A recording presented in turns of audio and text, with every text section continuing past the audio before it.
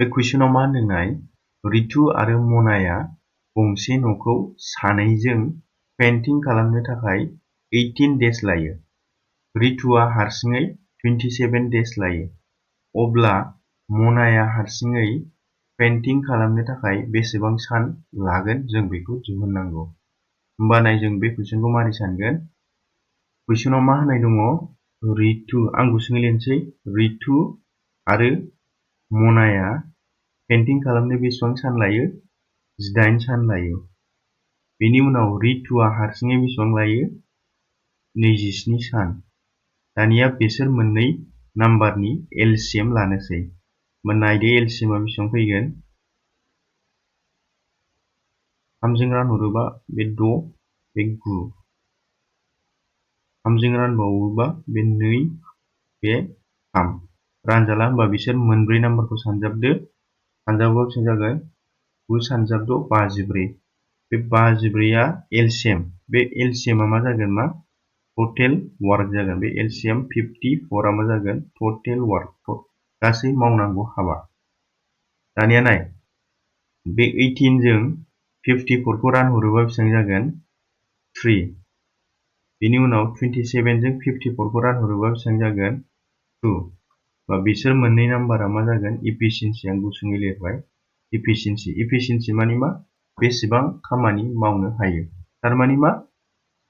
रितु आरो मनाया सानसेयाव 3 इउनिट पेन्टिं खालामनो हायो। आरो मा?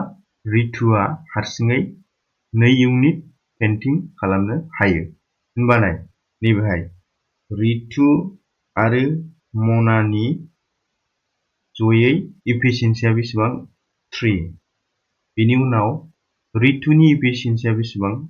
2। होमबा नाय, रितुनि इफिसियेन्सिया बेसेबां? 2 प्लास मनानि इफिसियेन्सिखौ जों मोनसिगोन ना। होमबा एम इजिकल टु बे 2 खौ ओरै आगदाथिं लाङोबा बेसेबां जागोन? 1। होमबा मा? मनाया सानसेयाव 1 इउनिटल' मा? पेन्टिं खालामनो हायो। दानिया कुइसनाव मा सोंदों? मनाया हारसिङै बेसेबां सानाव बे एखे खामानिखौनो, बे एखे न'खौनो पेन्टिं खालामनो हागोन बेखौ सोंदों। होनबा नाय, पेन्टिं खालामनांगौआ बेसेबां? 54। मनाया सानसेयाव बेसेबां पेन्टिं खालामो? 1। होमबा नाम्बार अफ डेजआ बेसेबां जागोन? नाय, बेनो बेसेबां सान लागोन? Number of days. Number of days equal to मा जागोन? गासै खामानिया बेसेबां? 54। बेनि उनाव जोंहा सोरनिखौ दिहुननांगौ? मनानिखौ ना। होमबा मनानि इफिसियेन्सि मानि मा? बेसेबां खामानि मावनो हायो? बे सानसेयाव बेसेबां मावनो हायो? 1 इउनिट। होमबा 54 इउनिटखौ मावनो थाखाय बेनो बेसेबां लागोन?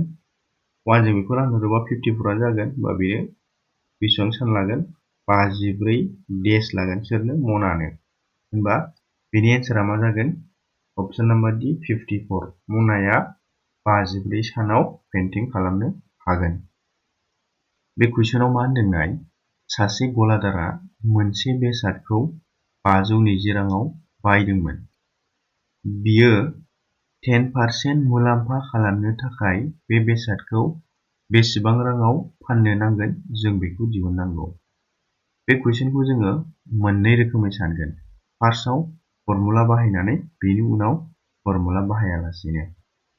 होनबा बेबायदि कुइसनखौ साननो थाखाय एबा सेलिं प्राइस दिहुननायनि मोनसे डाइरेक्ट फर्मुला दं। बेनो जाबाय मा? सेलिं प्राइस इजिकल टु मा जायो? 100 plus profit percent divided by 100 into मा जागोन? Cost price. होनबा जोङो बे मानफोरखौ बेहाय फज'नानै होयोबानो सेलिं प्राइसखौ मोनगोन। होनबा नाय, बेहाय बेसेबां प्रफिट खालामनो नागिरदों? 10%। होनबा जोङो बेखौ नैबेहाय होनांगोन प्रफिट पार्सेन्टनि जायगायाव। होनबा 100 प्लास 10। होनबा बेसेबां जागोन बियो? 110। गाहायाव मा दं? 100 इनटु कस्ट प्राइस। बेसादनि बायनाय बेसेना बेसेबां? 520। कुइसनाव होनाय दंखायो 520। नैबे 0 जों बे 0 खौ दाननोसै, नैबेजों बेखौ दाननोसै। होनबा मा थाखो? 11 इनटु 52। बिसोर मोननैखौ सानजाबा बेसेबां मोनगोन? नाय, 52 11 सानजाबा बेसेबां मोनगोन? नाय, 2 5 2 5 275 होनबा फाननाय बेसेना बेसेबां जानांगोन 572 जानांगोन। होनबा गलादारा 520 राङाव बायनाय बेसादखौ 10% प्रफिट खालामनो थाखाय बियो 572 राङाव फाननो नांगोन। होनबा बे बबे नाम्बार अपसनाव दं? अपसन नाम्बार बि आव दं। अपसन नाम्बार बि आ बेनि कारेक्ट एन्सार जागोन। दानिया जों बेखौ फर्मुला बाहायालासे मारै सानगोन नाय। बेहाय गलादारा 10% मुलाम्फा खालामनो नागिरदों। होनबा 10% खौ जोङो बोखाव खोन्दोआव लाङोबा बेसेबां जागोन बियो 1/10। दानिया आङो कस्ट प्राइस हमना लानोसै। बे गाहायनिखौ कस्ट प्राइस एबा बायनाय बेसेनखौ 10 होननानै हमना लानोसै। दानिया जों सेलिं प्राइसखौ दिहुननांगौ। सेलिं प्राइसखौ दिहुननायनि सिगां आं मोनसे एग्जाम्पल लानानै बुजायनो गोरलैसिन जानायनि थाखाय हमबाय नोङो दखानाव थांनानै मोनसे कलम बायदों 9 राङाव। होमबा बे नोंनि मा जागोन? कस्ट प्राइस एबा बायनाय बेसेन 9आ। बिनि उनाव नों बे कलमखौ सासे लोगोनो फानबाय बेसेबाङाव 10 रुपिसआव। होमबा बेयो मा जागोन? 10 रुपिसआ सेलिं प्राइस। अब्ला नोङो बेसेबां मुलाम्फा जादों? 9 राङाव बायदों 10 राङाव फानदों। होमबा नोङो बेसेबां प्रफिट जागोन? 2 रां प्रफिट जागोन। होनबा नाय ceiling price is equal to मा जागोन? सेलिं प्राइसआ बेसेबां? 10। होनबा बे 10 खौ जों बोरै मोनगोन नाय। कस्ट प्राइसजों बे प्रफिटजोंखौ दाजाबबानो जोङो माखौ मोनगोन? सेलिं प्राइसखौ मोनगोन। होनबा बे कस्ट प्राइसआ बेसेबां? 8। प्रफिटआ बेसेबां? 2। होनबा बिसोर मोननैखौ दाजाब बेसेबां मोनगोन? 10 मोनगोन ना। होनबा सेलिं प्राइस दिहुनोबा जुदि प्रफिट जादोंबा जों मा खालामनांगोन? कस्ट प्राइसजों प्रफिटखौ प्लास खालामनांगोन। जुदि प्रफिट जायोबा होनबा नैबेहाय नायदो बेनि बेलायाव बोरै जागोन नाय। कस्ट प्राइसआ बेसेबां? 10। कस्ट प्राइसआ दंखायो कस्ट प्राइसआ 10 प्लास प्रफिटआ बेसेबां फैगोन नाय। प्रफिटआ मानि सायाव जायो? कस्ट प्राइसनि सायाव जायो। बायनाय बेसेननि सायाव बेलाय बे बायनाय बेसेननि सायाव जादोंना। होनबा नाय बे 10 नि 10% जानांगौ। कस्ट प्राइसनि 10% आव फानगोन ना बियो। होनबा बे 10 नि 10%आ बेसेबां? 1। ओंखायनो बेहाय प्रफिटआ मा जागोन? 1 जागोन। होनबा सेलिं प्राइसआ बेसेबां फैखो? 11। दानिया कुइसनाव बे कस्ट प्राइसनि एबा बे 10 नि भेल्युखौ बेसेबां होनाय दं? 520। बे 10 नि भेल्युखौ कुइसनाव बेसेबां होनाय दं? 520। दानिया नैबे 0 जों बे 0 खौ दानबाय। होनबा 1 नि भेल्युआ बेसेबां फैखो? 52। होनबा जोंहा मा दिहुननांगौ? सेलिं प्राइसखौ दिहुननांगौ। होनबा सेलिं प्राइसआ बेहाय बेसेबां? 11। होनबा 1 नि माना जुदि 512 जायो। बेनि उनाव जोंहा 11 नि मानखौ दिहुननांगौबा जों मा खालामनांगोन? 52 जों 11 खौ सानजाबनांगोन। होनबा सानजाबा बेसेबां मोनगोन? 2 5 इनटु 2 5। होनबा बे बेसेबां फैगोन? 572। बा सेलिं प्राइसआ बेसेबां फैखो? 572। बे बबे नाम्बार अपसनाव दं? अपसन नाम्बार बि आव दङ। अपसन नाम्बार बि आ बेनि मा जागोन? कारेक्ट एन्सार जागोन। बे कुइसनाव मा होनदों नाय 6% पार एनामै 2 इयार्सनि थाखाय मोनसे प्रिन्सिपाल एमाउन्टनि सिम्पल इन्टारेस्टआ 318 जायो। अब्ला प्रिन्सिपालआ बेसेबां जागोन जों बेखौ दिहुननांगौ। होनबा जों बे कुइसनखौ मोनसे डाइरेक्ट फर्मुला दं बेजों साननो हागोन। बा फर्मुलाया मा? Simple interest S I simple interest is equal to मा जागोन? P N R by 100। बेहाय पि आ मा? प्रिन्सिपाल, एन आ नाम्बार अफ इयार्स, आर आ रेट अफ इन्टारेस्ट। होनबा बे कुइसनाव सिम्पल इन्टारेस्टआ बेसेबां होनाय दङ? 318। जोंहा प्रिन्सिपालखौ दिहुननांगौ पि एन नाम्बार अफ इयार्सआ बेसेबां होनाय दं? 2 आर रेट अफ इन्टारेस्टआ बेसेबां? 6 डिवाइडेड बाय 100। बे 2 जों 100 खौ दानहरोबा 50। दानिया बे 6 जों 318 खौ दानहरोबा बेसेबां मोनगोन? 53। होनबा जोंहा बे प्रिन्सिपालखौ दिहुनसै। पि इज इकुवेल टु बेसेबां जागोन? 53 इनटु 50। होनबा 0 15 25 26। होनबा प्रिन्सिपालआ बेसेबां फैखो? 2650 बे बबे नाम्बार अपसनाव दङ अपसन नाम्बार बि आव दं अपसन नाम्बार बि आ बेनि कारेक्ट एन्सार जागोन सर्ट ट्रिकआव जों बे कुइसनखौ मारै सानगोन नाय बेहाय रेट अफ इन्टारेस्टआ बोसोराव बेसेबां 6% जों बेसेबां बोसोरनि थाखाय दिहुननांगौ 2 इयार्सनि थाखाय होनबा बोसोरसेयाव 6% नालाय बोसोरनैजों बेसेबां जागोन 12% 6 + 6 बा बे 12% इन्टारेस्ट मोनगोन ना बे 12% नि इन्टारेस्टनि माना बेसेबां होनाय दङ 318 होनाय दङ दानिया जोंहा मा दिहुननांगौ प्रिन्सिपाल दिहुननांगौ होनबा प्रिन्सिपाला बेसेबां जायो 100% जायो होनबा नाय जोङो फार्स्टआव 1% नि मानखौ दिहुननानै लाग्रोनोसै 1% माने मोननैबो साइडजों 12 जों दानोबा बे 1 फैगोन ना नैबेथिं बेसेबां जागोन 318 divided by 12 जोङो प्रिन्सिपाल दिहुननांगौआ मा प्रिन्सिपाला मा जायो 100% जायो होनबा जोङो 100% खालामनांगौबा बेहाय मा खालामनांगोन 100 जों इन्टु खालामनांगोन होनबा 100 जों इन्टु खालामबाय 100% बा आखिथिं 100 जों इन्टु खालामदोंबा आगदाजोंबो 100 जों इन्टु खालामनांगोन बेलेन्स खालामनांगोन 12 into 100